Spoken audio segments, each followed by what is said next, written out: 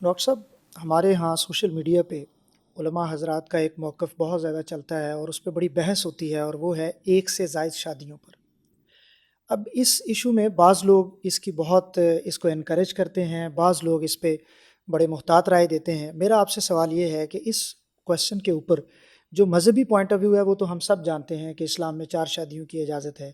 آپ کا مشورہ کیا ہے؟ آپ کو ڈاکٹر صاحب کے ساتھ جو ڈسکشن، جس طرح آپ کہتے ہیں کہ ہر موضوع پہ ہوتی رہی ہے، اس پہ آپ کی کیا رائے ہے جو ایک سے زائد شادیاں ہمارے ہاں جو موضوع ڈسکس ہوتا ہے؟ بہت اچھا سوال آپ نے کیا ہے، انٹرسٹنگ ہے۔ حضور سیدی شیخ الاسلام ایک شادی کے قائل ہیں، اور قرآنک پرسپیکٹو کو آف کورس ان سے بہتر کون سمجھتا ہے، مگر اس کی وہ جو توجیہ فرماتے ہیں وہ فرماتے ہیں اللہ تعدلوا فواحدۃ، اگر تم عدل کا پیمانہ قائم نہ رکھ سکو تو پھر تمہارے لیے ایک ہے۔ وہ جب عدل کو ڈیفائن کرتے ہیں وہ صرف یہ نہیں کرتے کہ اگر کوئی متمول شخص ہے وہ 3 گھر لے لے اور 3 ازواج کو، 3 بیویوں کو الگ الگ رکھ لے، صرف نان نفقہ کافی نہیں ہوتا، اس میں عدل کے اندر اس کا وقت کا بھی انصاف ہے، اس کی طبیعت اور مزاج کا اور میلان کا بھی انصاف ہے، اس میں اس کی محبت اور پیار اور شفقت کا بھی انصاف ہے۔ پھر جب اولاد پیدا ہو جائے ان میں بھی برابری قائم رکھنا، اور ان میں بھی کسی قسم کی بھی طبیعت اور مزاج میں دوری کا آنا، اس سے بھی بچا کے رکھنا، یہ بھی اس عدل میں آتا ہے۔ اور بلکہ روایت میں آتا ہے کہ آقا صلی اللہ علیہ وسلم نے فرمایا کہ قیامت کے روز ایک شخص آئے گا جس کو 2 بیویاں دی گئی ہوں، اور اس کا ایک حصہ جو ہے وہ فالج زدہ ہوگا، اور یہ وہ شخص ہوگا جو 2 بیویاں رکھ کر کسی ایک کی طرف مائل رہا ہوگا، اور ایک کے ساتھ انصاف کر پایا ہوگا اور دوسرے کے ساتھ ناانصافی کرتا رہا ہوگا۔ یہ بڑا نازک معاملہ ہے۔ اگر کوئی ایسی ضرورت نہ ہو، وہ سمجھتے ہیں اگر کوئی ایسی طبی ضرورت، کوئی ایسی آپ کی میڈیکل ضرورت نہ ہو، یا کوئی ایسا آپ کا عذر نہ ہو جو قابل قبول ہو، اس کے علاوہ اس میں کبھی خیر نہیں دیکھی۔ آپ فرماتے ہیں پریکٹیکلی اسپیکنگ کبھی بھی 2 شادیوں والے کو کبھی ہنستا بستا میں نے نہیں دیکھا، اس کی زندگیوں میں عدل کرتے ہوئے نہیں دیکھا، ان کی اولادوں میں ہمیشہ یہ جو ستیلا پن ہے وہ ہمیشہ رہا ہے، اور وہ ستیلا پن کوئی شخص کبھی نہیں نکال سکا۔ اس سے پھر خاندان بکھرتا ہوا دیکھا ہے، اس کا شرازہ بگڑتے ہوئے ہمیشہ دیکھا ہے، اور کبھی بھی اس کو جس سکون کے لیے، ذہنی قلبی سکون اور اطمینان کے لیے وہ شادی کرتا ہے، اس کو برعکس دیکھا ہے، ہمیشہ اس کو الجھا ہوا دیکھا ہے، اس کو ڈسٹرب دیکھا ہے، ڈس آرگنائز دیکھا ہے، اور ہمیشہ اس کی زندگی میں وہ سکون نہیں دیکھا۔ اس سے بہتر یہ ہے کہ ہمارے جو کلچر میں بھی یہ قابل قبول نہیں ہے، اس کی گنجائش کم ہے۔ عربوں میں ہے، ان کے ہاں وہ کلچر ہے، باپ دادا سے وہ چلتا ہے، لوگ یوزڈ ہو جاتے ہیں، مگر جب ان کی بھی زندگیوں میں دیکھتے ہیں تو وہ سکون کبھی نہیں دیکھا۔ تو اس لیے اگر آپ نے اولاد کی تربیت کرنی ہے اور اولاد کو اپنا مستقبل بنانا ہے، تو پھر بہتر یہ ہے کہ اگر آپ خوش ہیں، ایک فیملی ہو، ایک فیملی لائف ہو، ایک ہی زوجہ ہو، اور پیار و محبت سے زندگی ہو، اس میں سکون ہے۔ ڈاکٹر صاحب، میں نے سنا ہے کہ حضور شیخ الاسلام اپنے جو ورکرز ہیں، ان کے جو تحریک کے لوگ ہیں، ان کو فیملی پلاننگ کے بارے میں بھی رائے دیتے ہیں، سمجھاتے ہیں، بتاتے ہیں۔ ہمارے ہاں اس پہ بھی بعض لوگ تو زیادہ بچے پیدا کرنے کے قائل ہیں، بعض لوگ جو ہیں وہ فیملی پلاننگ کو بہتر نہیں سمجھتے، اور بعض اوقات لوگ ابارشن کرواتے ہیں، اسقاط حمل ہوتا ہے، یہ سب چیزیں ہوتی ہیں۔ اس کو آپ کی ان کی ٹریننگ کیا ہے؟ آپ کا پوائنٹ آف ویو اس پہ کیا ہے؟ یہ بات درست ہے، اس کے اوپر ڈیفینیٹلی بہت کام ہو رہا ہے، اور لوگ اس پہ بڑی بڑی ریسرچ ہو رہی ہے، اور لوگوں کی توجہ اس طرف دلائی جا رہی ہے۔ حضور سیدی شیخ الاسلام بیسیکلی مختصر فیملی کے حق میں ہیں۔ وہ سمجھتے ہیں کہ اگر آپ کی زندگی، ایک شوہر کی ذمہ داری صرف بچے پیدا کرنا نہیں ہے، بلکہ فرماتے ہیں اگر آپ کو اس پروسیس سے خود گزرنا پڑے تو آپ کو سمجھ آئے کہ ایک ماں کتنی تکلیف سے گزرتی ہے، اور کتنے تکلیف کے مراحل سے گزر کر ایک یا بچے کو جنم دیتی ہے، پھر اس کو لک آفٹر کرتی ہے، اس کو پالتی ہے، اور کتنے مراحل سے گزار کر اس کو جوان کرتی ہے۔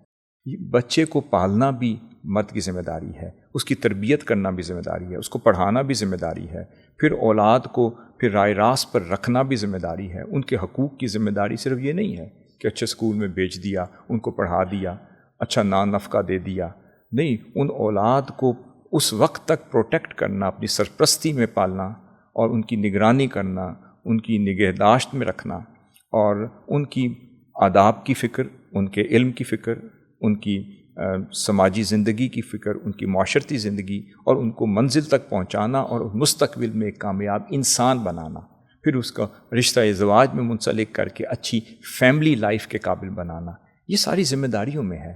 اب آج وہ نہ وسائل لوگوں کے اس قابل ہیں، اور نہ حالات اس قابل ہیں، نہ سوشل لائف اس قابل ہے، کہ اس میں بہتر یہ ہے کہ اگر اللہ رب العزت آپ کو مختصر فیملی دے، اور وہ سمجھتے ہیں کہ مختصر فیملی میں خیر ہے، تو وہ اپنے ورکرز کو ہمیشہ تلقین فرماتے ہیں، ہدایت فرماتے ہیں، اور بلکہ بعض اوقات ایسی سچویشن ہو تو حکم بھی فرماتے ہیں کہ اب اس پہ پابندی لگا دیں، فیملی سائز کو مختصر رکھیں تاکہ کوالٹی لائف دیکھ سکیں، ان کو کوالٹی فوکس دے سکیں اور ایک کوالٹی لائف دے سکیں۔ آپ نے ابھی بات کی کہ بچے کی تربیت جو ہے وہ مرد کی ذمہ داری ہے، آپ کا اس پہ بہت کام بھی ہے، والدین کی جو بچوں کی تربیت ہے اس پہ۔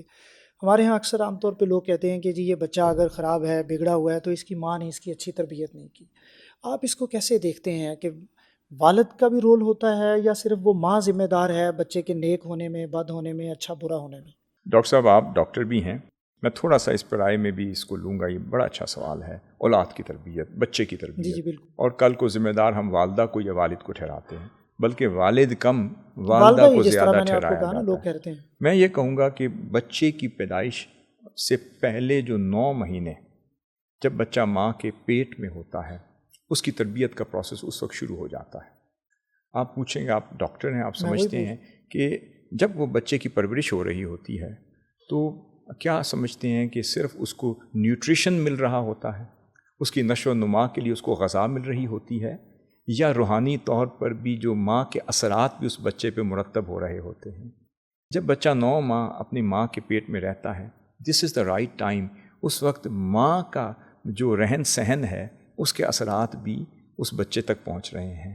ماں کی اگر زندگی میں، ڈاکٹر کہتے ہیں، آپ لوگ کہتے ہیں کہ جی اگر فرسٹریشن سے بچیں، ہائی بلڈ پریشر سے بچایا جاتا ہے، ایون کئی ایسی اینٹی بائیوٹک سے آپ اوائڈ کرتے ہیں، کئی میڈیسن سے اور کئی ایکٹیویٹیز سے، اینٹی ڈپریسنٹ سے آپ اوائڈ کرتے ہیں، کئی ایسی میڈیسنز ہیں وہ کہتے ہیں آپ نہیں دے سکتے، اور نیچرل ریمیڈی کو ترجیح دی جاتی ہے۔ اس کی وجہ کیا ہے؟ کیونکہ سائنس نے یہ پروون فیکٹ ہو گیا کہ وہ ہر چیز وہ بچے تک پہنچ رہی ہے اور اس کو افیکٹ کر رہی ہے، اور اس کا جو ارتقائی مراحل ہیں اس میں وہ پرابلم کریٹ کر رہی ہے، رکاوٹ پیدا کر رہی ہے۔ تو اس کا بہتر طریقہ یہ ہوتا ہے کہ اگر سائنس نے یہ پروو کر دیا تو میں یہ کہوں گا کہ اگر ماں اس 9 مہینے میں اپنے آپ کو روحانی طور پر بھی تقویت دے رہی ہو، اپنی 5 وقت نماز بھی پڑھ رہی ہو، اپنے سجدے میں وقت گزارتی ہو، باوضو رہتی ہو، قرآن مجید بھی پڑھتی ہو، اچھی صحبتوں میں رہتی ہو، خوشگوار زندگی گزار رہی ہو، راحت کے ساتھ، آرام کے ساتھ اور روحانی لذت میں وہ زندگی گزار رہی ہو، کیا اس کا روحانی اثر بھی اس کی روح تک نہیں پہنچتا ہوگا؟ اور اگر اچھے ماحول میں وہ رہے تو اس کے اثرات اس کی صحت تک نہیں پہنچتے ہوں گے۔ اگر اس کی ظاہری صحت پہ پہنچتے ہیں تو کیا اس کی باطنی صحت پہ نہیں پہنچتے ہوں گے؟ تو یہ اگر پہنچتے ہیں تو پھر اب پتہ یہ ہوا کہ اس ماں کو بھی اس 9 مہینے اس بچے کی تیاری میں اپنے لائف سٹائل کو بہتر کرنے کی ضرورت ہے، جس کے انتظار میں وہ 9 مہینے گزارتی ہے۔ پھر بچہ پیدا ہو جاتا ہے، جب بچہ پیدا ہوتا ہے اس کے دماغ کی آپ نشو و نما کو دیکھیں، اسٹڈی کریں، 86 بلین سے لے کر 100 بلین نیورونز جو ہیں وہ اس کے دماغ میں اللہ رب العزت رکھ دیتا ہے۔ اس میں تقریباً 90% جو ہے پہلے 4-5 سال میں وہ ڈیولپ ہو جاتا ہے، اور باقی آہستہ آہستہ وہ اس میں ڈیولپمنٹس ہو رہی ہوتی ہیں۔ اس کے اندر مرر نیورونز ہیں، پھر اس میں کچھ ایسے حصے ہیں دماغ کے جو اس کے اندر وہ شعور پیدا کرتے ہیں، ریئیکشن پیدا کرتے ہیں، وہ کاپی کرنا شروع کر دیتا ہے، وہ ایک ایک چیز کو وہ آبزرو کرنا شروع کر دیتا ہے۔ یہ تو سائنس میں پروون فیکٹ ہے کہ بچہ بچپن سے ہی اس کے اندر وہ اس کا فنکشن ایکٹیویٹ ہونا شروع ہو جاتا ہے، وہ ہر چیز رجسٹر کر رہا ہوتا ہے، کاپی کر رہا ہوتا ہے۔ پھر جب وہ بولنے کی طاقت رکھتا ہے تو اس وقت اس کا اظہار کرتا ہے۔ ہم وہ بھول جاتے ہیں، ہم سمجھتے ہیں 4 سال 5 سال تک تو بچہ جو ہے وہ تو بچہ ہے، اس کے سامنے لڑ بھی رہے ہوتے ہیں، تکرار بھی کر رہے ہوتے ہیں، ایسی ایسی مجلسوں میں جا رہے ہوتے ہیں، ہم وہ ایکٹیویٹیز بھی جاری رکھے ہوئے ہوتے ہیں، اور ہمیں اس کا خیال نہیں ہوتا کہ بچہ ہر چیز تو رجسٹر کر رہا ہوتا ہے۔ جس دن اس بچے نے وہ گالیاں جو سنتا تھا، اس نے وہ پہلا ابیوسو ورڈ اپنی زبان سے نکالا، اس دن ہم الرٹ ہو گئے، اس دن ہم چوکنے ہو گئے، اس دن ہم نے ڈھونڈا کہ اس کا قصوروار کون ہے۔ کبھی یہ نہیں دیکھا کہ اس وقت ماں کی گود کیا کر رہی تھی، باپ کیا کر رہا تھا، کیا باپ اس وقت بچے کے ساتھ بیٹھتا تھا، اس کو پیار کرتا تھا، کیا اس کو قرآن مجید کی تلاوت سنائی جاتی تھی، وہ سٹوریز سنائی جاتی تھیں، وہ پروفیٹک سٹوریز سے ہم آہنگ کیا جاتا تھا، اس کو ایسا کلچر دیا جاتا تھا کہ جس کے کان میں وہ نیک باتیں اور نیک سٹوریز آف دا پروفٹس یا قرآنک ریسیٹیشن پہنچے تاکہ اس کی طبیعت، اس کا مزاج یوز ٹو ہو جائے، اور کس طرح کا ماحول ہم نے دیا ہے اس طرح اس بچے نے بن جانا ہے۔ اب وہاں پر جتنے بھی آئمہ تھے وہ ہمیشہ بچپن سے، وہ ہمیشہ ان کی تعلیمات کا حصہ تھا، وہ فرماتے تھے کہ ادبوہم وعلموہم، جب ان سے پوچھتے تھے کہ جب اللہ رب العزت نے قرآن مجید میں فرمایا اعوذ باللہ من الشیطان الرجیم یا ایھا الذین آمنوا قوا انفسکم واہلیکم نارا، کہ اے ایمان والو اپنے آپ کو اور اپنے اہل خانہ کو، اپنی اولاد کو دوزخ کی آگ سے بچاؤ۔ اب یہاں سیدنا علی کرم اللہ وجہہ سے پوچھا اس کا مطلب کیا؟ آپ نے فرمایا ادبوہم وعلموہم، سب سے پہلے ان کو ادب سکھاؤ، ان کو علم سکھایا۔ اسی طرح امام مالک بن انس جو تھے امام دار الہجرہ، ان کی والدہ انہیں کہا کرتی تھی اذهب الی الربیعہ، امام مالک کو جو فقہ المالکی کے جو امام تھے، فرماتے ہیں جب میں گھر سے چلا علم حاصل کرنے، میری والدہ نے فرمایا اذهب الی الربیعہ، وہ سیدنا ربیعہ ایک بہت بڑے صوفی عالم تھے، فرمایا تعلم من ادبہ قبل علمہ، ان کے ادب سے سیکھو علم سے سیکھنے سے پہلے، سب سے پہلے ان کے ادب سے سیکھو پھر ان سے علم سیکھو۔ اس کا مطلب ادب سکھائے جاتے تھے، ادب سکھانے کے لیے ان مجالس میں بھیجا جاتا تھا، پھر ان مجالس میں سکھایا جاتا تھا، ان پر ایفرٹ کی جاتی تھی۔ بعض اوقات ہم سمجھتے ہیں کہ یہ تمہاری ذمہ داری نہیں ہے، باپ سمجھتا ہے کہ صرف حلال کمائی کماؤں، نا نفقہ کماؤں، میں روزگار میں مصروف رہوں، میں کما کے لاؤں، میری صرف ذمہ داری ہے، اچھے سکول میں بھیج دوں، بیمار ہو جائے تو ہاسپٹل لے جاؤں، دس از مائی آل رسپانسبلٹی۔ آقا صلی اللہ علیہ وسلم نے فرمایا نہیں، جس باپ نے اپنے بیٹے کو اچھے آداب سکھا دیے اس نے اپنا حق ادا کر دیا۔ اس لیے ادب جو ہے یہ بڑا ضروری ہے، اور ادب ذہن میں رکھ لیں کہ وہ پریکٹیکل انوالومنٹ کے بغیر نہیں آتا، وہ کاؤنسلنگ کے بغیر نہیں آتا، وہ صحبت کے بغیر نہیں آتا، وہ مجلس کے بغیر نہیں آتا۔ اور پھر ادب وہ سکھائے جو خود بھی با ادب ہو۔ اس کا مطلب ہم یہ بھول جاتے ہیں کہ ہم آرڈر کرتے ہیں بچوں کو بیٹے ایسے نہیں کرنا، سلام کرنا ہے۔ بیٹا پوچھے گا بابا میں تو آپ کو کب سے دیکھ رہا ہوں، آپ نے کبھی خود سلام نہیں کیا۔ آپ کہہ رہے ہیں سچ بولے، میں نے آپ کو کبھی سچ بولتے ہوئے نہیں دیکھا۔ ماما آپ کہتے ہیں کہ یہ لباس اچھا نہیں، تو میں نے آپ کو کبھی اچھے لباس میں دیکھا نہیں۔ آپ کہتے ہیں اونچا اونچا نہیں بولنا، میں نے کبھی آپ کو آہستہ بولتے دیکھا نہیں۔ آپ کہتے ہیں ضد نہیں کرنی، میں نے کبھی آپ کو پیار محبت سے بات کرتے دیکھا نہیں، میں نے آپ کو مسکراتے دیکھا نہیں۔ تو مسکرانا، ادب آداب، مصلی پر بیٹھنا، رمضان شریف کے روزے رکھنا، پھر محفلیں سجانا، پھر اٹھنا بیٹھنا، اگر یہ کلچر گھر میں نہیں ہوگا تو وہ بچے کبھی نہیں سیکھ سکیں۔ ڈاکٹر صاحب ایک چیز بڑی ڈسکس ہوتی ہے اور وہ ہے میوزک کا سٹیٹس۔ اس پہ میں چاہوں گا کہ آپ اپنی رائے دیں کہ میوزک، قوالی، یہ گانے، ملی نغمے، اس پہ آپ کی رائے کیا ہے؟ یہ دیکھیں بڑا سینسٹیو کویسچن ہے۔ بیسیکلی اس کی مشروعیت اب ڈپینڈ کرتا ہے کون سا میوزک، جس کا ملی ترانے ہوتے ہیں، قومی ترانے ہوتے ہیں، یا ایسا کلام ہوتا ہے جس میں کوئی حرج نہ ہو۔ اب مسئلہ یہ ہو گیا کہ ترنم اور تغنم تو قرآن مجید کا بھی حصہ ہے، لحن تو قرآن مجید کا بھی حصہ ہے۔ اب لحن کے ساتھ قرآن مجید پڑھنا یہ تو حکم ہے۔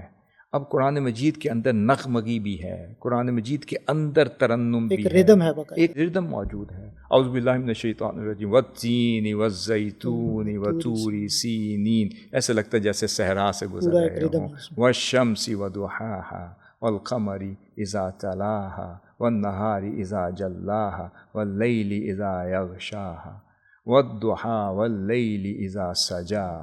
اب یہ ترنم تو اللہ رب العزت نے اس قرآن میں بھی رکھ دیا ہے۔ ڈپینڈ کرتا ہے کہ وہ ہم تغنم کہاں استعمال کر رہے ہیں، مگر اس کا مقصد یہ ہے کہ اللہ رب العزت کا وہ صوتی حسن ہمارے کانوں سے ہوتے ہوئے ہمارے دلوں کی کھڑکیوں میں داخل ہو جائے اور ہمارے من کی کایا بدلتی چلی جائے، ہم اللہ رب العزت کے کلام کے ساتھ مائل ہوتے چلے جائیں، اس میں ڈوبتے چلے جائیں، اس کے اسرار سے واقف اور اس کی معرفت سے واقف ہوتا چلے۔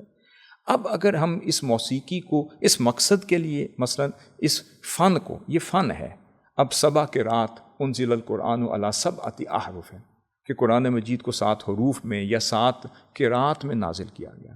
اب یہ جو فن قرات ہے، جو لحن ہے، جو خوبصورتی سے ہے، یہ تو قرآن کو خوبصورت کر رہا ہے۔ اسی طرح جب ہم نعت خوانی کرتے ہیں، آقا صلی اللہ علیہ وسلم کی نعت پڑھتے ہیں، اب حمد و ثنا پڑھتے ہیں، خوبصورت کلام پڑھتے ہیں، یا قوالی میں بھی حمد بھی پڑھی جاتی ہے، نعت بھی ہے، اس میں خوبصورت کلام بھی ہے، اس میں منقبت بھی پڑھی جاتی ہے۔ اگر اس کی صورت میں ایک اچھی مجلس میں، جس میں بزرگ بھی بیٹھے ہوں، آپ کے بڑے بھی بیٹھے ہوں، ایک شائستگی کے ساتھ اور ایک ڈیسنٹ ماحول میں اگر اس کو سنا جائے تو کوئی حرج نہیں۔ اگر اس کلام کو اور اس پازیٹیو یعنی کہ قوالی کو، جس میں آپ کا تغنم ترنم بھی ہو، اگر ہم اس کو اپنے نوجوانوں کی مجلس میں، جسے کوئی ادب آداب سکھانے والا نہ ہو، کنٹرول کرنے والا نہ ہو، جس کو کہتے ہیں سپروائزڈ نہ ہو، جس میں کوئی اس کی سپرویژن کرنے والا نہ ہو، اس صورت میں وہ ان اٹینڈڈ محفل ہوگی۔ ان اٹینڈڈ محفل سے اجتناب کرنا چاہیے، جس میں والدین اور بزرگ بیٹھے ہوں، جس میں آپ کے بزرگ ہوں، جن کو ادب آداب آتے ہوں، ایک دائرے میں، کنٹرول دائرے میں کر سکیں تو ٹھیک ہے، اور اگر آپ اس پہ قابو نہ رہ سکیں تو پھر اس میں آپ اجتناب کریں تو بہتر ہے۔ تو اس لیے ہر چیز میں آخر میں کہوں گا ایک توازن قائم کرنا ضروری ہے۔ اگر ہم ہر چیز میں بیلنس رکھ سکیں تو دین اٹ از فائن، اور اگر بیلنس نہ رکھا جائے تو بہتر ہے اجتناب کریں، تو ورنہ اس کے کئی فتنے اور فساد ہوتے ہیں، انسان اس کی نظر ہو جاتا ہے۔ ڈاکٹر صاحب، آپ نے ابھی ذکر کیا قوالی کا اور نعت کا، اور آپ نے گفتگو کے شروع میں کہا کہ آپ نے یا حضور شیخ الاسلام نے کبھی کسی تقریر کا، ویڈیو کا، کتاب کا کوئی معاوضہ نہیں لیا۔ اب میرا سوال یہ ہے کہ آپ کیسے دیکھتے ہیں اس کو، کیونکہ ہمارے ہاں تو بہت بھاری معاوضہ بھی طلب کیا جاتا ہے اور پیسے بھی پھینکے جاتے ہیں، اس سب چیز کو آپ کیسے دیکھتے ہیں؟ میں نے ایک عرض کی بات کہ جو بہتر چیز ہے وہ اوسطھا خیر الاموری، آقا صلی اللہ علیہ وسلم نے فرمایا خیر الاموری اوسطھا، جو سب سے بہتر کام ہے وہ ہے جو بیلنسڈ ہو، جس میں توازن رکھا جائے اور جو متوازن ہو۔ ہر چیز میں ایک درمیانہ روی ہونی چاہیے، ایک درمیانہ راستہ ہونا چاہیے۔ اب ہوتا یہ ہے کہ حضور شیخ الاسلام کی زندگی سے ہم نے یہی سیکھا کہ انہوں نے نہ دین کی خدمت کا معاوضہ لیا، نہ انہوں نے کبھی اپنے خطابات کا معاوضہ لیا، نہ کبھی اپنی تصانیف سے جو 1000 سے زائد کتابیں وہ لکھ چکے ہیں، پھر انہی کی نہ اس کا معاوضہ لیا، کبھی ایک کتاب کا معاوضہ نہیں لیا، نہ اپنے اسفار سے لیا، نہ سفر سے لیا، نہ دین کی خدمت سے لیا، نہ منہاج القرآن سے 1 روپیہ لیا۔ وہ بھی دورہ جات بھی فری آف کاسٹ ہوتے ہیں، اس میں بھی 1 آپ روپیہ لوگوں کبھی کے نہیں، ہمارے بھی فری آف کاسٹ ہوتے ہیں۔ مثلا ہم نے کبھی وہ ان خطابات کا، ان کانفرنسز کا، ان دورہ جات کا کبھی کوئی عوض نہیں لیا۔ میری بھی اللہ کا شکر ہے، حضور سید شیخ الاسلام کی دعاؤں سے کئی کتابیں، کوئی 30-40 کتابیں معرض وجود میں آ چکی ہیں، الحمدللہ شائع ہو چکی ہیں۔ ڈاکٹر حسین صاحب کی بھی 60-70 کتابیں اس وقت شائع ہو چکی ہیں۔ حضور شیخ الاسلام کی 1000 سے زیادہ کتابیں ہیں، اور پوری دنیا میں وہ بکتی ہیں، ورکرز بھی لیتے ہیں، دنیا لیتی ہے، ہر زبان میں ہے، اس کی رائلٹی بہت ہوگی۔ آپ نے پہلے دن سے جو ان کا حق ہے، رائلٹی ہر مصنف کا حق ہوتا ہے، وہ رائلٹی بھی اپنے اوپر حرام قرار دے دی ہے۔ آپ نے فرمایا میرا بھی اور میری اولاد کا اس پر کوئی حق نہیں۔ اب میری جو کانسٹیٹیوشن آف مدینہ، دستور مدینہ جو کتاب ہے، وہ عرب ورلڈ میں بہت بک رہی ہے، one of the best seller ہے الحمدللہ، مگر مجھ سے پبلشر نے پوچھا آپ کیا لیں گے؟ میں نے کہا جی مجھے فری نسخے دے دیں، میں تقسیم کروں، I don't want any money. یہ ساری کتابیں فی سبیل اللہ ہیں، دین کی خدمت فی سبیل اللہ ہے۔ ہم نے تو حضور شیخ الاسلام کو دیکھا ہے اور ایک معیار زندگی قائم ہو گیا کہ دین کی خدمت اور خطابات اور ایک کلمہ بھی جو زبان سے نکلتا ہے وہ فی سبیل اللہ ہے۔ اس کی برکت دیکھی ہے، ہم نے اس کی تاثیر دیکھی ہے، اس اخلاص کی برکت دیکھی ہے، اور اپنی زندگیوں میں، اولادوں کی زندگیوں میں اس کی تاثیر دیکھی۔ یہاں تک کہ حضور شیخ الاسلام نے بچپن سے ہمیں سکھایا کہ بیٹے جو ادارے کا جو آفیشیل بجٹ ہوتا ہے، مثلا ہمارے جو ہمیشہ گھر میں بھی ادارے میں جو آفیشیل گیسٹ آتے تھے، ان کی جو انٹرٹینمنٹ ہوتی تھی وہ آفیشیل بجٹ سے ہوتی تھی۔ ہمیں بچپن سے ہمارے بچے کو پتہ ہے کہ آفیشیل بجٹ میں سے اگر کوئی چائے بھی ہوگی تو اس کا ایک گھونٹ بھی ہم پر حرام، اس کھانے کا ایک لقمہ بھی ہم پر حرام ہے، یعنی کہ جائز نہیں ہے ہمارے لیے۔ اس کے لیے ہمیشہ یہ کرتے تھے کہ جب اگر کھانا بھی پڑتا تو ہم اپنی جیب سے ہم اپنا حصہ پہلے اکاؤنٹ میں ڈال دیتے تھے اور کنٹریبیوٹ کر کے پھر ہم کھاتے تھے.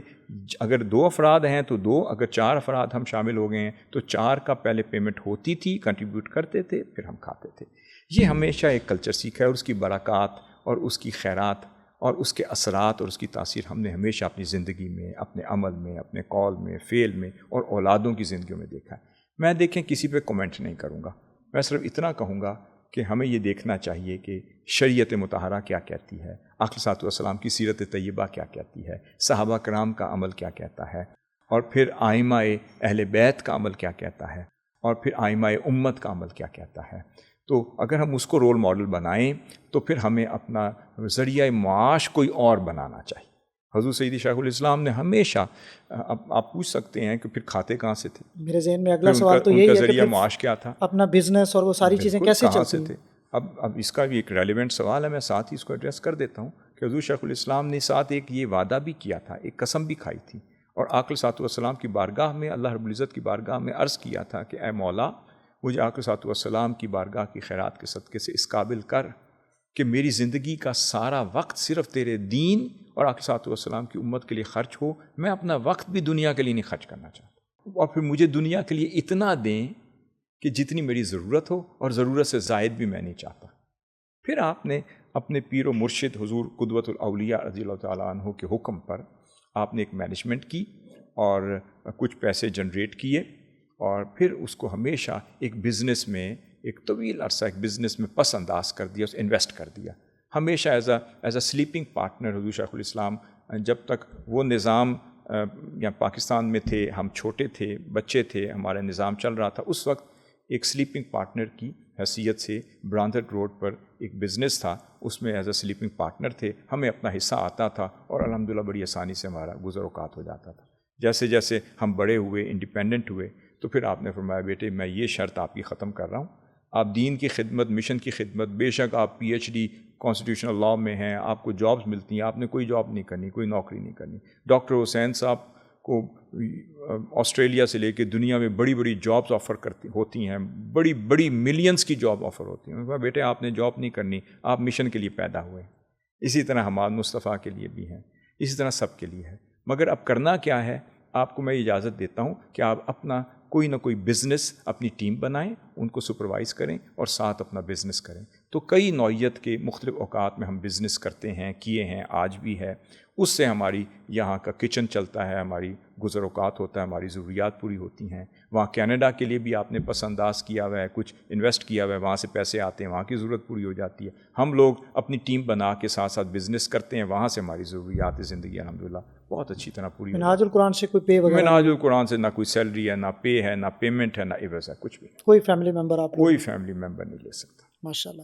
اچھا ڈاکٹر صاحب، کچھ آخری سوال یہ کہ حضور شیخ الاسلام بڑے عرصے سے آپ باہر ہیں، تو بہت سے لوگوں کا ایک سوال یہ تھا کہ وہ پاکستان کب آئیں گے، یا کب پاکستان تشریف ان کا دورہ جو ہے وہ متوقع ہے. وہ ڈسکشنز تو ہوتی ہوں گی، آپ ہمیں اگر کوئی آف دا ریکارڈ چیز دے دیں تو بتا دیں تو بڑا اچھا ہو جائے گا لوگوں کے لیے. میں یہ کہوں گا کہ جب اللہ کو منظور ہوگا تب تشریف لائیں گے. ایک تو یہ. دوسرا یہ ہے کہ انہوں نے اپنے لیے ٹارگیٹ جو ہیں وہ وضع فرمائے ہوئے تھے. جب وہ یہاں سے گئے تو آپ فرماتے ہیں کہ میرا ابھی 70% میرا جو تصنیف کا، تالیف کا، تفسیر کا، حدیث کا جتنا ذخیرہ اس وقت وہ امت کو دے چکے ہیں اللہ کی توفیق سے، وہ اپنے بیرون، وہ کینیڈا کے سٹے اور یو کے اور کینیڈا کے سٹے کے دوران ہی وہ مکمل ہو پایا ہے. جو عرصہ انہوں نے اس ملک میں گزارا ہے، جو 19 گھنٹے 20 گھنٹے نان سٹاپ یہاں ٹریولنگ کی ہے، جو تنظیمات کو بنانے میں، ڈیولپ کرنے میں اپنا پورا وقت دیا ہے، اور یہاں تک کہ وہ دھرنے کے دنوں میں بھی کنٹینر میں بیٹھ کے بھی وہ تصنیف و تالیف کا کام کر رہے تھے، گاڑی میں بھی کر رہے تھے، ہر وقت. اس کے باوجود بھی وہ کانسنٹریشن ان کو اس طرح نہ مل سکی. یا ملاقاتیں بھی تھیں، کارکن بھی تھے، تنظیمی آپ کی مصروفیات بھی تھیں، معاملات بھی تھے، اس میں وہ کانسنٹریٹڈ ٹائم کی کمی تھی. وہاں جا کر انہوں نے اپنی ڈیلیگیشن کر دی، ڈیلیگیٹ کر دیا، سارے اختیارات انہوں نے ڈیلیگیٹ کر دیے. منہاج القرآن کو ہمیں ذمے کر دیے، نیچے مجلس شورا بن گئی، مجلس عاملہ بن گئی، مجلس ورکنگ کونسل بن گئی، سینٹرل ایگزیکٹو کونسلز بن گئی، مختلف آپ کی فائنینس کمیٹیز بن گئی، پھر اوپر ہمیں نگرانی دے دی، ذمہ داری دے دی. اب ادارے کے سارے امور وہ میرے ذمے ہیں الحمدللہ، اور یونیورسٹی اور ایجوکیشن کے امور ڈاکٹر حسین صاحب کے ذمے ہیں۔ دنیا کے بھی معاملات 2 حصوں میں تقسیم کر دیے، یورپ اور امریکہ تک یہ جو پوری دنیا ہے یہ ساری لک آفٹر ہم کرتے ہیں، اور جو فار ایسٹ اور آسٹریلیا کی جو سائیڈ ہے وہ ڈاکٹر حسین محی الدین صاحب کرتے ہیں۔ اب یہ ساری ذمہ داری دینے کے بعد اب آپ کی سرپرستی ہے، آپ کی نگاہ ہے، آپ کی گائیڈنس ہے، اور اس کے ساتھ آپ کا پورا وقت۔ آج بھی اگر آپ پوچھیں ان کے اوقات کیا ہیں، یہ بھی ایک سوال ہے۔ میرے پاس یہ سوال لکھا ہوا ہے، میں نے سنا ہے کہ وہ بہت دیر تک پڑھتے رہتے ہیں، بیٹھے میں رہتے کہہ رہا ہیں۔ ہوں آج کے دن میں ان کا آپ کو شیڈیول بتا دیتا ہوں۔ وہ اس وقت بھی جو ٹائمنگ ہے ان کی، وہ اس وقت سحری کے بعد پڑھنا شروع کرتے ہیں اور افطار تک پڑھتے رہتے ہیں۔ سحری سے لے کر افطار تک پڑھتے ہیں، صرف اس کے بعد تراویحوں کے بعد تھوڑی دیر آرام فرماتے ہیں، اس کے بعد نان سٹاپ آپ جاگتے ہیں اور پڑھتے ہیں۔ بس صرف وہ ایک چینل آن ہوتا ہے، آواز اس کی آف ہوتی ہے، اس سے جو نیوز ہیں دنیا کی جو خبریں ہیں وہ مل رہی ہوتی ہیں، باخبر رہتے ہیں۔ اس کے علاوہ اگر کوئی تحریک کے امور ہیں، کوئی غمی خوشی ہے، اور ہر چیز میں ان ٹچ بھی رہتے ہیں۔ اگر ایک کارکن کی بھی کوئی ڈیتھ ہو جائے، کوئی خوشی کی بات ان کا تعزیتی پیغام آتا ہے، میں آپ کو عرض کروں ہمارا پیغام شاید ابھی نہ گیا ہوگا، ہم سے پہلے بھی ان کا پیغام آ جاتا ہے۔ He is well in touch with everything going on around the world. At the same time وہ اپنی 40 جلدوں کی جو احادیث ہے، جو تفسیر ہے، 40 جلدوں پر محیط جو تفسیر قرآن ہے، تفسیر القادریہ یا جو بھی اس کا موضوع ٹائٹل ہوگا، وہ بھی ختم کر چکے ہیں۔ عربی زبان میں بھی تیار ہو چکی ہے، اردو زبان میں بھی آ رہی ہے۔ آپ 60 والیومز پر انسائکلوپیڈیا آف حدیث کا کام مکمل کر چکے ہیں، وہ بھی اپنی طباعت کے پروسیس میں ہے۔ اب الروض الباسم ابھی پچھلے دنوں آپ نے دیکھی ہوگی، 4 جلدوں پر ہے۔ اس کے بعد الموسوعہ القادریہ فی العلوم الحدیث جو آپ کی سائنس آف حدیث پر جو ہے 8 جلدوں پر جو وہ بھی آ گئی۔ پھر آپ کی حدیث الاحکام پر فقہ الحنفی کے مطابق احادیث کا مجموعہ وہ بھی آ رہا ہے۔ پھر اسی طرح آپ دیکھیں تو مسند امام علی 14 جلدوں پر سیدنا امام علی کرم اللہ وجہ مولا علی شیر خدا علیہ السلام سے جو مرویات ہیں، جو اقصی السلام کی احادیث جو آپ سے مروی ہیں، اس کا پورا ذخیرہ 13,000 احادیث کا اس میں جمع کر رہے ہیں۔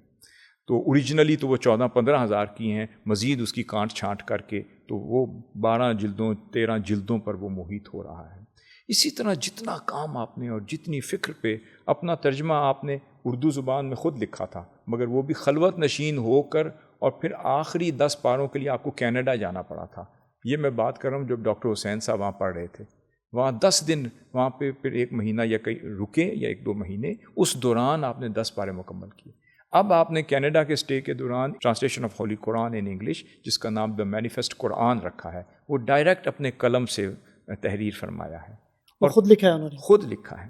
اور تاریخ میں ایسے مترجم بن گئے ہیں جنہوں نے ڈائریکٹ اپنے قلم سے 2 ترجمے خود تحریر فرمائے اور تصنیف فرمائے ہیں قرآن مجید کے۔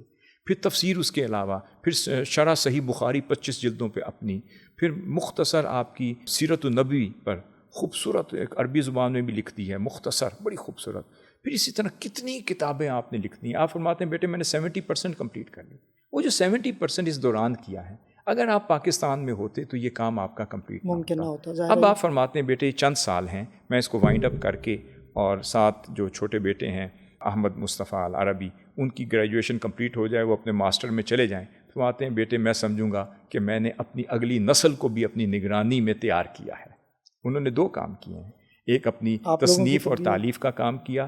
ہم تو الحمدللہ ان کی نظر کرم سے، اللہ کی توفیق سے، جو بھی بننا تھا، جیسے بھی بننا تھا ہم بن گئے، مگر جو اگلی نسل تھی ان کو ڈائریکٹ اپنی توجہ سے، اپنی سرپرستی سے، اپنے فوکس کے ساتھ ان کو تیار کیا ہے۔ تو ایک تو اپنی خود اب شادی شدہ بھی ہو گئے حماد مصطفیٰ، اور اب PhD بھی کر رہے ہیں۔ تو جو احمد مصطفیٰ العربی ہیں وہ بھی گریجویشن کمپلیٹ ہو رہی ہے۔ اب ہمیں اس کے بعد پھر وہ بھی اب اپنے اگلے لیول پہ چلے جائیں گے، پھر میں آگے پھر انشاءاللہ پلاننگ کروں گا تاکہ میں اپنے ورکرز کی تربیت کر سکوں، ان کے ساتھ بیٹھ سکوں، ان کو ٹائم دے سکوں، اور ان کی روحانی تربیت، ان کی فکری تربیت کر سکوں، یعنی کچھ سال تک انشاءاللہ۔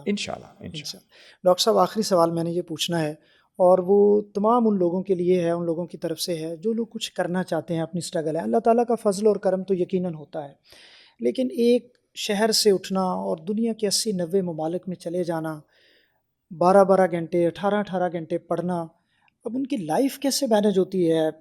صبح کیا کھاتے ہیں، دوپہر کو، رات کو، کھانے کی کیا ان کا ہے، ان کو پسند کیا ہے کھانے میں، یا وہ فٹنس پہ کیسے، اب ماشاء اللہ وہ ہی 75 ایئرز اولڈ نہ ہو تو مینج کیسے کرتے ہیں وہ میں اپنے؟ آپ کو یہ بہت اچھا سوال آپ نے کیا ہے. میں چاہوں گا کچھ آپ جو میں آپ کی دیکھی ہوئی چیزیں میں ہیں وہ آپ کو بتائیں، آبزرویشن سے کیونکہ ہمارے ہاں تو لوگ کھانے پینے میں اتنا ٹائم لگا دیتے ہیں، ان کا تو ساری زندگی انہی چیزوں میں گزر جاتی ہے. بالکل صحیح، بالکل صحیح.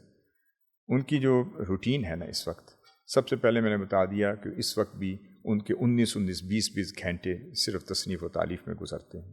4 گھنٹے میکسیمم 5 گھنٹے کی مختصر سلیپ ہوتی ہے، اور اس کے بعد پھر وہ اپنا کنٹینیوسلی اپنے ٹیبل پہ بیٹھ جاتے ہیں. وہی ان کی ایکٹیویٹیز ہیں.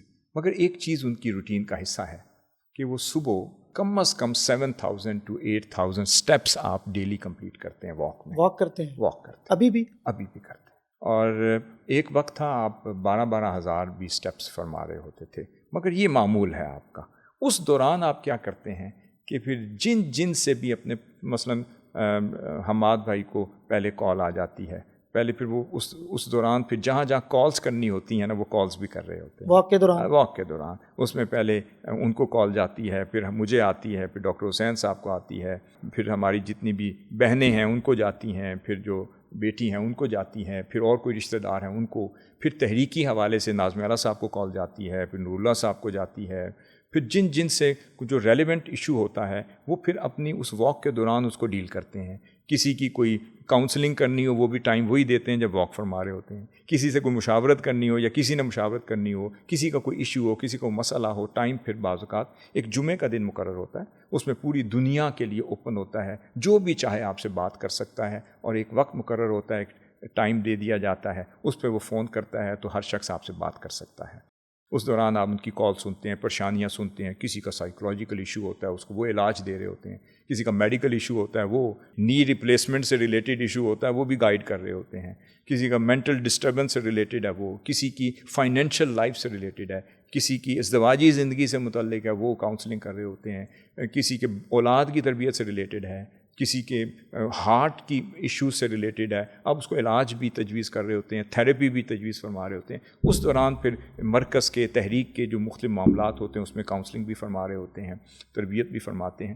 اس دوران آپ کی وہ ایک پوری انٹرنیشنل کالز جو ہیں نا وہ چل رہی ہوتی ہیں، ساتھ آپ کی واک ہو جاتی ہے. تو آپ فرماتے ہیں بیٹے کوئی فون کال میری ہو جائے تو میری واک بڑی ایزی ہو جاتی ہے. تو آپ نے اپنے ٹائم کو آرگنائز کر دیا.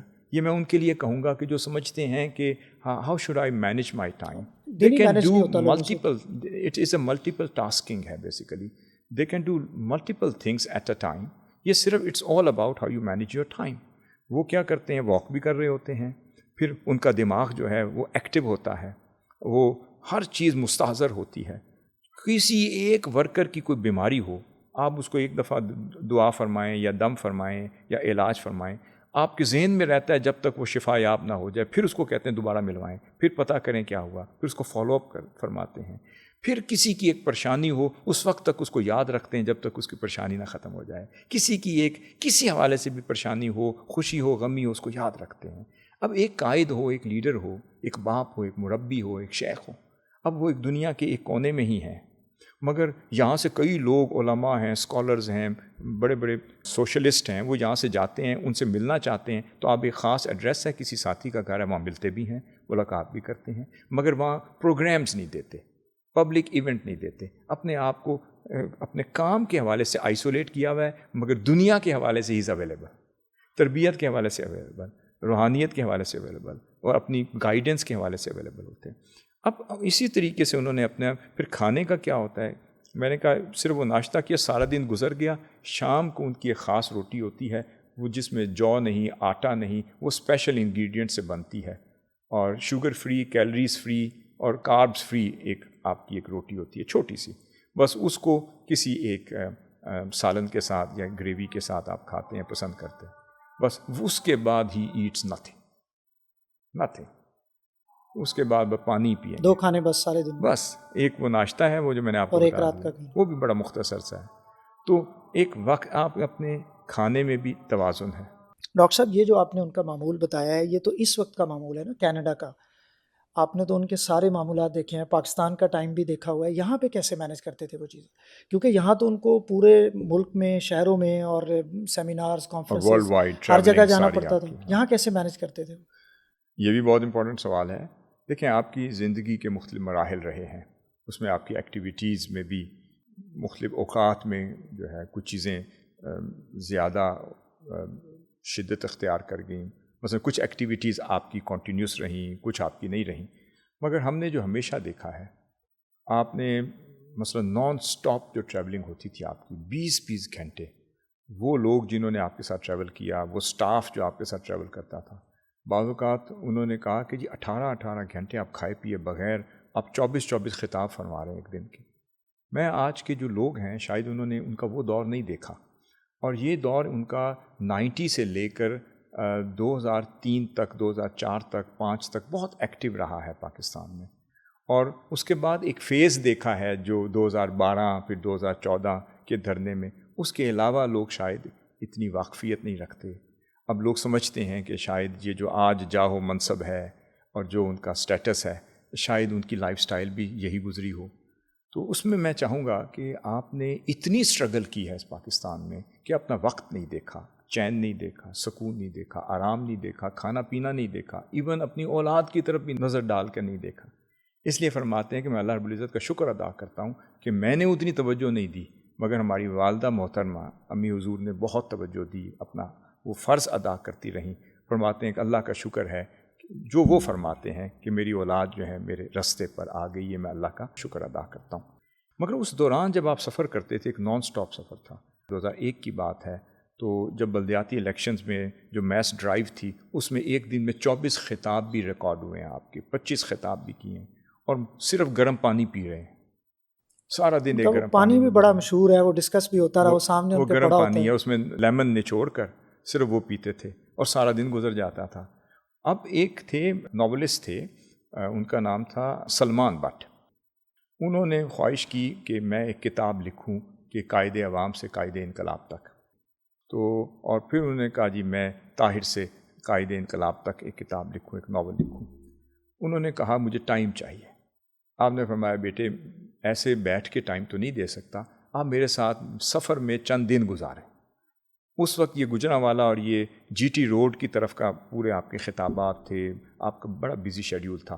وہ آپ کی لینڈ کروزر میں گاڑی میں پیچھے بیٹھ جاتا اور وہ ہر چیز دیکھتا. اب 24 خطاب بھی ہو رہے ہیں.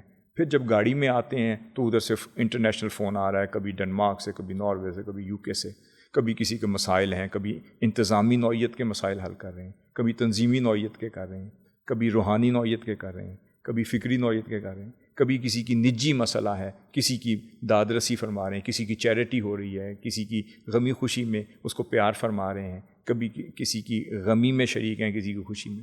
وہ سارے فون کی ایکٹیویٹیز دیکھ رہا ہے. پھر کہہ رہا ہے بیٹھتے ہیں تو کہتے ہیں گرم پانی دیں، وہ گرم پانی میں وہ لیمن نچوڑ کے وہ پی رہے ہیں. پھر اس کے بعد پھر خطاب ایسے کرتے ہیں جیسے اتنی طاقت اور اتنے جوش و خروش کے ساتھ. تو وہ حیران ہو گیا. اس نے 4-5 دن گزارے وہ نڈھال ہو کر. اس کا اپنی تو مشکل بن وہ گئی. اس کے اپنے لیے مشکل ہو گئی. وہ نڈھال ہو کر کہتا ہے کہ ڈاکٹر صاحب مجھے سمجھ نہیں آئی یہ نظام کیسے چل رہا ہے آپ کا. آپ حاضر دماغی بھی قائم ہے، حافظہ بھی قائم ہے، ہر چیز اپنی جگہ پر ہے، آرگنائزیشنل مینجمنٹ بھی اپنے عروج پر ہے، اپنی تنظیمی امور بھی عروج پر ہیں، آپ کی خطابت بھی عروج پر ہے، آپ کے سفر بھی عروج پر ہیں. ایک ایک شخص بھی 40 سال بعد بھی جو مل رہا ہے وہ آپ کی یاداشت میں ہے. آپ نے کھایا پیا کچھ نہیں، ہم تو نڈھال ہو جائیں ہمیں تو وہ سامنے بندہ کھڑا ہو یاد نہیں رہتا، اس کا نام بھول جاتے ہیں. آپ تو 40 سال 50 سال بعد ایک شخص آتا ہے، آپ اسے بھی اس کے نام سے یاد کر رہے ہیں. یہ سب کچھ کیا ہے؟ آپ نے وہ ڈرائیور تھے اس وقت اشرف، وہ آج بھی ہیں ہمارے ساتھ. تو انہیں کہا اشرف بیٹے یہ ذرا کیسٹ آن کرو. نصرت فتح علی خان کی حمد باری تعالیٰ چل رہی تھی. وہ جب آن کیا اس کے پہلے الفاظ تھے کہ وہی تو ہے جو نظام میں ہستی چلا رہا ہے، وہی خدا ہے. آپ ہمارے بیٹے سلمان یہی میرا بھی جواب ہے کہ یہ وہی نظام ہستی چلا رہا ہے. اس نے اپنے بندوں کو پیدا کیا ہے اور جس کام کے لیے پیدا کرتا ہے اتنی توانائی اور طاقت وہ عطا کر دیتا ہے. ڈاکٹر صاحب یہ چیزیں جب ہم نے دیکھی ہیں اور پھر گھر آتے تھے، مگر آخری بات یہ کہ ہمیں اتنا کوالٹی ٹائم دیتے تھے تو ہم نے پھر کوانٹٹی کبھی نہیں دیکھی، ان کی کوالٹی دیکھی ہے. پھر ہمیں اتنی توجہ دیتے تھے، پھر سیاحت پر بھی باہر لے جاتے تھے. شاید ہی کوئی ملک ایسا ہوگا جو ہم نے نہیں دیکھا، اور جہاں نہ لے گئے ہوں شاید ہی کوئی ایسی آسائش ہوگی جو نہ دکھائی ہو، مگر اس کے ساتھ نماز کی پابندی، اپنے آداب کی پابندی، اور ہمارے الفاظ میں، ہمارے معمولات میں، ہماری دینداری میں، ہماری ایکٹیویٹی میں اگر کوئی کمی دیکھی ہو تو اس وقت سرزنش بھی کی.